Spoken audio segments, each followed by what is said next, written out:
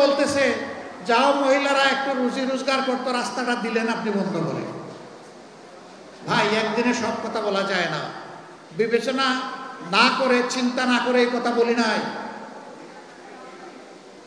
আপনি কি আরেকটা মিটিংয়ে একজন প্রশ্ন করছে ভার্জিনিয়ায়, যে আপনি বলেছেন মহিলাদের কর্মঘণ্টা কমিয়ে দেবেন, এটা কি বৈষম্য না? আমরা করবো 8 ঘন্টা, তারা করবে 5 ঘন্টা। আমি বললাম অবশ্যই বৈষম্য। আসেন দেখি আর কোনো বৈষম্য আছে কিনা। পুরুষরা বাম দিকে বসেছে, মহিলারা ডান দিকে বসেছে। পুরুষদেরকে বললাম, বোনরা আপনারা শুনবেন না এই প্রশ্ন।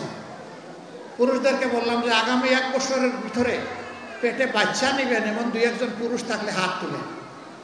কেউ তো আর হাত তুলে না, সবাই হাসে আর নিচের দিকে মাথা দেয়, বুঝছে যে আমি কেন প্রশ্ন করছি। আমি বললাম এটা পারবেন না? কয় না না, এটা পারবো কিভাবে। আমি বললাম আচ্ছা ঠিক আছে, বাচ্চা নিতে পারলেন না, আপনার স্ত্রী যে বাচ্চাটা জন্ম দিবেন ওকে একটু বুকের দুধ খাওয়াবেন 2 বছর, যারা তারা একটু হাত তুলেন, নিজের বুকের দুধ। এখন দেখি আবার কেউ হাত তোলে না। আমি বললাম এটা কি বৈষম্য না?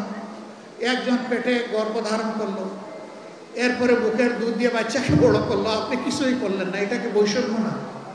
তো সে সব কিছু করবে, আবার প্রফেশনাল লাইফে এসে আপনার মতো 8 ঘন্টা কাজ তাকে করতে হবে, এইটাই বৈষম্য।